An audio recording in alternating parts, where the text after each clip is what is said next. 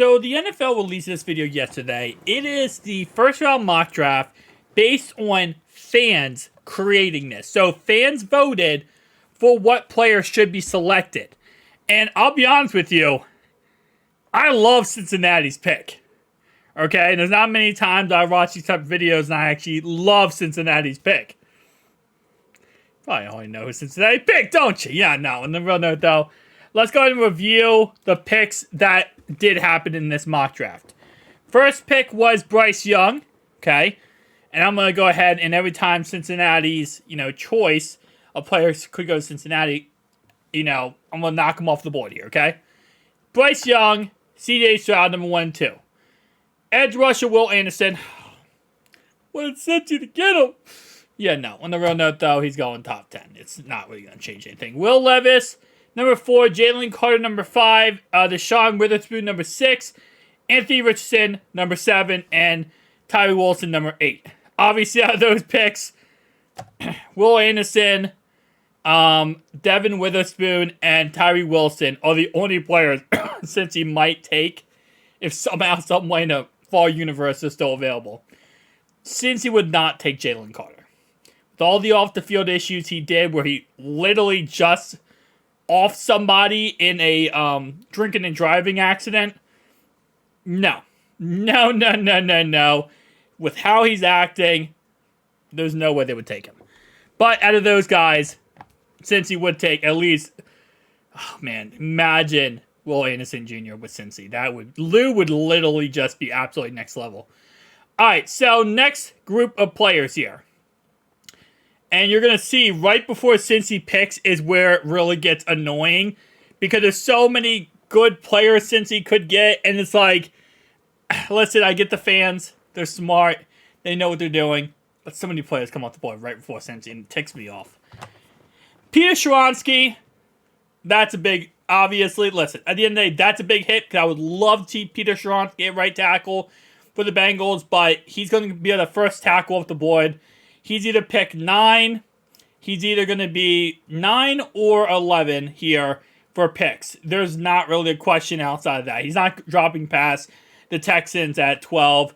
I don't think he'll make it to the Texans at 12. And then we do have Paris Johnson and Broderick Jones both going off the board 11 and 13 here. That's not surprising at all. Bijan Robinson, pick 10. I still do not believe Philly will take Bijan Robinson.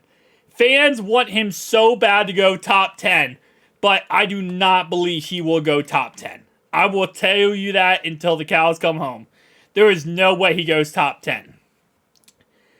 The next player, Lucas Van Ness, I don't feel like he would fit Cincinnati. I don't know why. He's one player who, he's really good, right? We all know he's really good. I just feel like he wouldn't fit Cincinnati. He seems like a Patriot through in and throughout, and I just don't think he would ever go to Cincinnati. Dalton Kincaid, that's another player Cincinnati could get who is off the board here because he does go to the Packers. As I'm learning more about Dalton Kincaid, he actually met with the Bengals recently, and apparently they did like him, but at the end of the day, he is, going to be taken before Cincinnati goes. In these picks, by the way, Bijan, Peter Skoronsky, Paris Johnson, Broderick Jones, and Dalton Kincaid. All of these picks Cincinnati could take, but they're going to be off the board before Cincinnati goes. While there are talks about if they do trade up, this is who they would be trading up for. Is this literally this list right here.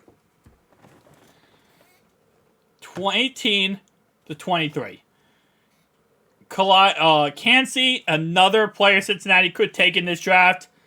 Darnell Wright, to see him at 19 go and going 19 here and be gone, that's a player where, listen, if he's on the board at 28, I see Cincinnati taking him.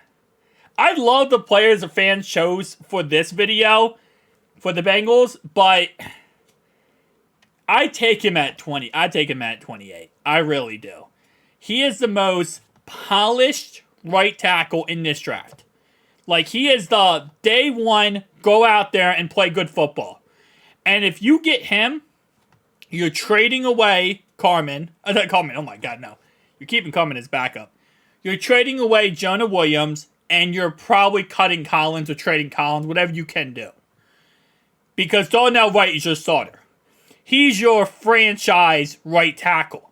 He's your next 10 years right tackle. He's available at 28. I'm definitely saying him over everybody else at this point.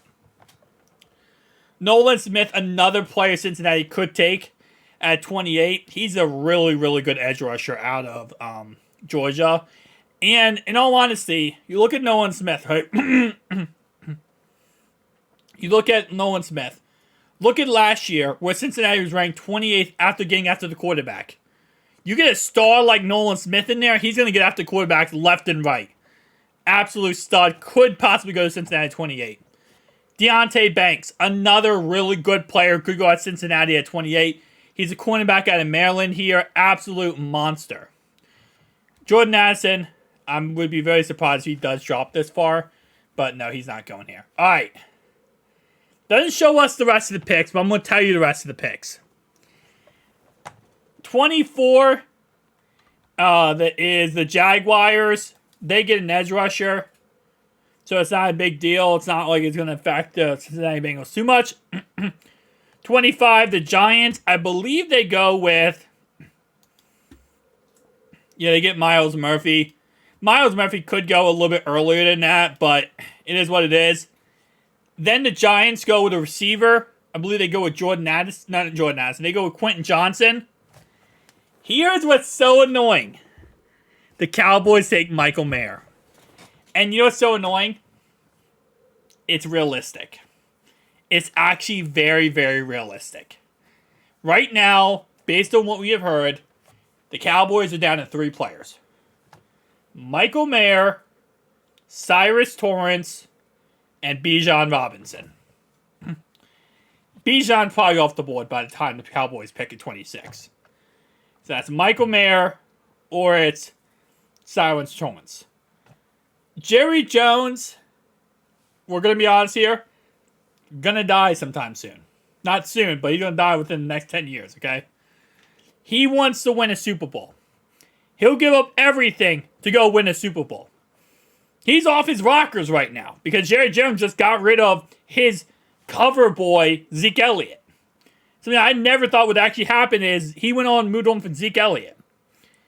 So, with that being said, I don't think he's going to want to sit there and say, I want a right guard. He's going to say, I want a star. I want a playmaker. That's Michael Mayer. They just lost Dallas Goedert. Michael Mayer is off the board at 26. So you say, okay, well, who are the Bengals taking then, right? Bills pick before the Bengals. The Bills take Emmanuel Forbes, cornerback. Well, who are the Bengals taking then? Oh, you already know. Oh, you already know. Hang on.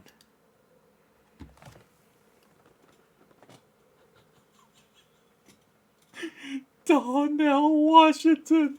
The 6'7", 265-pound, absolute freaking stud. Tight end from Georgia. Darnell Washington at pick 28. Fans, you guys are W's. W fans right there. Oh, I would love this so bad. I would love this so freaking bad. And it's not just because I made like 55 videos on this channel talking about Darnell Washington and how they need to pick him at pick 28. But listen, okay? I'm not, because even myself, right? I've came down from my crazy area in the sky where I've said he should be 28th overall pick of everybody else, okay? I think I have realistically got to a point now where Darnell Wright, my number 1. Obviously, all this guys going to be off the board, whatever. Bijan, if he's on the board, is number... No, Darnell... Bijan's number 1. Number 2 is Darnell Wright. Number 3 is Dalton Kincaid. Number 4 is Michael Mayer. Number 5 is probably Emmanuel Forbes. I'm starting to really like Emmanuel Forbes at that position. I said Deontay Banks, then Manuel Forbes, and then Donnell Washington. 6. Number 6, 7. 6, 7. But we could switch around those numbers if you want to.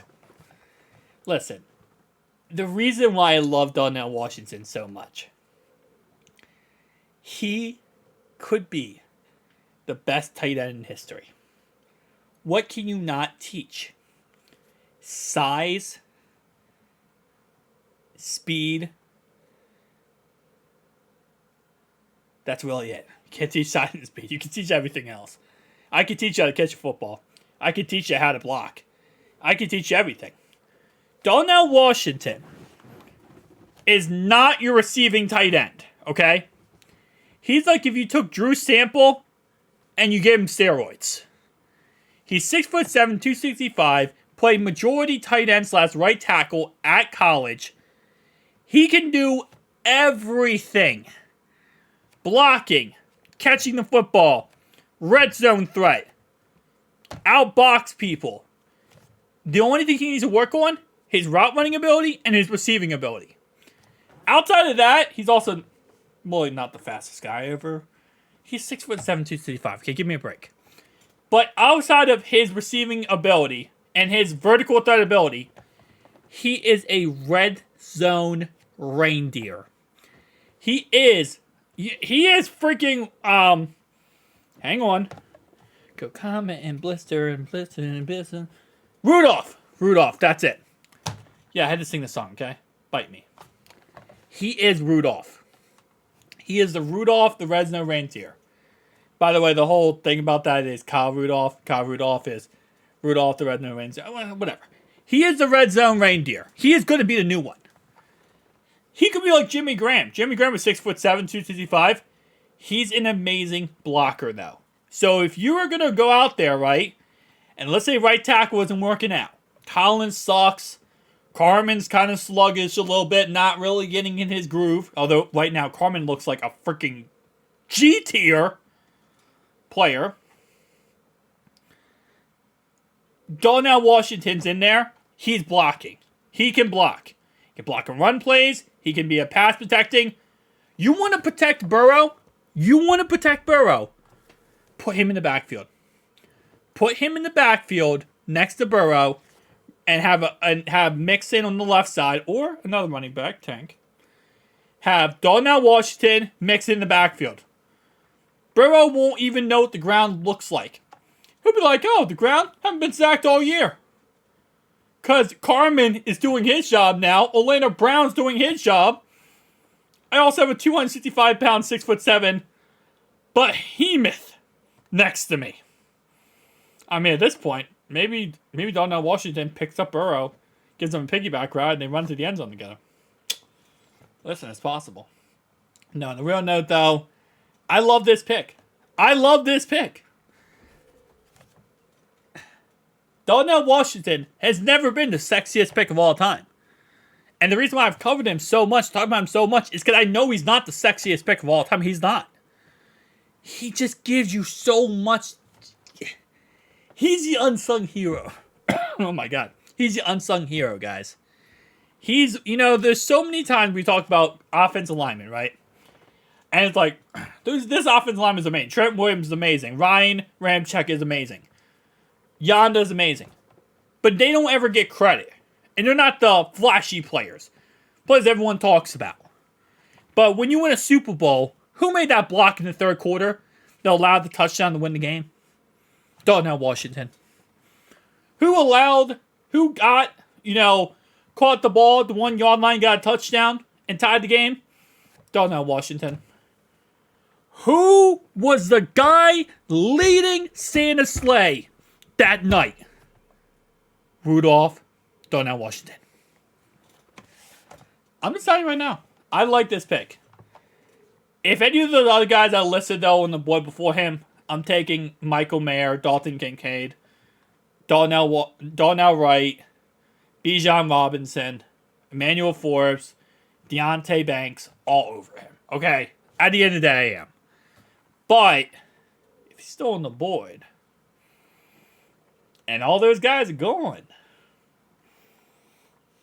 Go get yourself a star, Cincy. Put a star on that helmet, Cincy. Who they gonna have a stud? A stud. And let somebody teach this man how to catch the football. It's over. That's all she wrote. She didn't write much. Because all she had to write was Darnell Washington. It is what it is, guys. Comment down below your thoughts and opinions. By the way, the Saints took Felix. No, they took Will McDonald. The Eagles took Felix. And the Chiefs took BJ. Don't make a joke about the refs. Don't make a joke about them with the refs. And now that they have... Guys, thank you for watching. I'll see you guys next one. Peace out.